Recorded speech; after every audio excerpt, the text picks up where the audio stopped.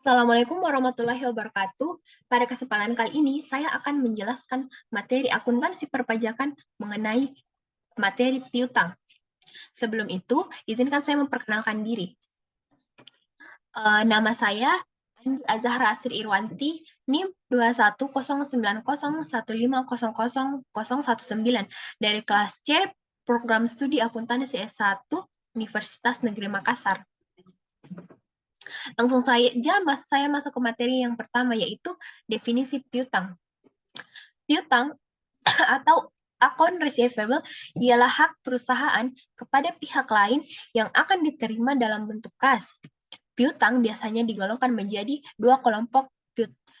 dalam dua kelompok, yaitu yang pertama kelompok piutang usaha dan piutang di luar usaha. Yang pertama yaitu piutang usaha. Piutang usaha terjadi akibat transaksi penjualan barang atau penyerahan jasa untuk kegiatan usaha normal perusahaan. Piutang usaha terjadi karena penjualan atau penyerahan jasa secara kredit. Piutang dapat dicatat jika barang telah diserahkan. Dalam usaha pelayanan jasa, piutang dicatat pada saat pelayanan jasa dilaksanakan. Pada umumnya, piutang seperti ini tidak disertai suatu surat-surat perjanjian yang formal.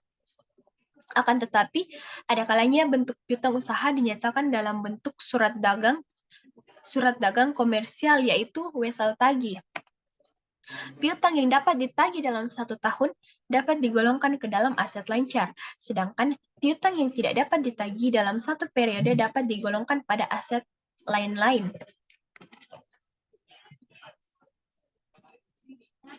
Selanjutnya yaitu perbedaan pencatatan antara metode penghapusan atau direct written off method dengan metode penyisihan atau allowance method adalah sebagai berikut.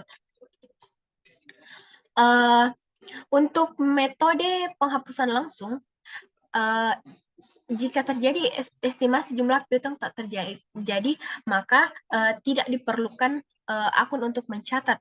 Kemudian dalam penghapusan piutang usaha, akun yang dibutuhkan adalah beban piutang tak tertagih pada piutang usaha. Selanjutnya, untuk piutang usaha yang telah dihapus dan ternyata dapat dilunasi, dibutuhkan akun yang pertama yaitu piutang usaha pada beban piutang tak tertagih. Yang kedua yaitu kas pada piutang usaha. Selanjutnya untuk metode penyisian atau allowance method. Pada estimasi jumlah piutang tak tertagih, dibutuhkan akun beban piutang tak tertagih pada cadangan piutang tak tertagih. Untuk penghapusan piutang usaha, diperlukan akun cadangan piutang tak tertagih pada piutang usaha.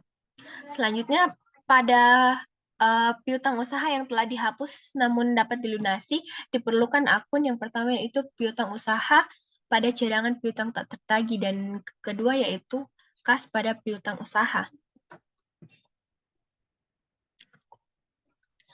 Nah, contohnya, pada tanggal 14 Februari 2012, PT ZAP mengembalikan barang yang telah dibelinya pada tanggal 10 Februari 2012 dari PT Abadi senilai 2 juta rupiah. Harga pokok barang tersebut sebesar 500.000. Nah, PT Abadi mencatat transaksi retur penjualan sebagai berikut. Nah, pada tanggal 14 Februari, akunnya yaitu retur penjualan 2 juta, pajak keluaran 200.000 pada piutang usaha 2.200.000. Kemudian persediaan pada harga pokok penjualan sebesar 500.000. Apabila menggunakan sistem periodik, maka jurnal yang dibuat adalah retur penjualan sebesar 2 juta, PPN keluaran sebesar 200.000 pada piutang usaha sebesar 2.200.000. Selanjutnya yaitu piutang dengan pihak yang mempunyai hubungan istimewa.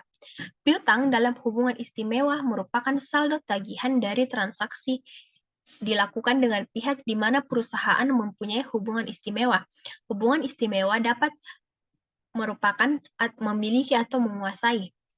Piutang dalam hubungan istimewa dapat timbul karena terjadinya transaksi seperti penjualan atau pengalihan barang atau jasa sewa. penjaminan, dan penyelesaian oleh perusahaan atas nama pihak yang mempunyai hubungan istimewa. Penyajian pihak-pihak yang mempunyai hubungan istimewa diatur juga dalam SAK Etap tahun 2009 halaman 160-163.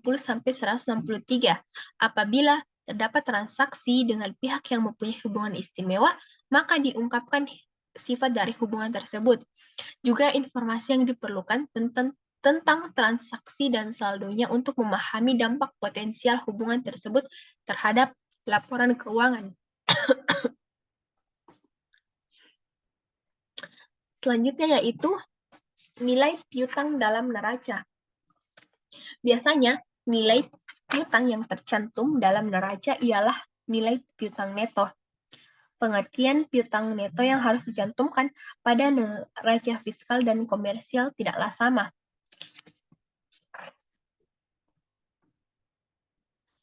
Berikut ini adalah salah satu piutang neto pada neraca fiskal selain usaha.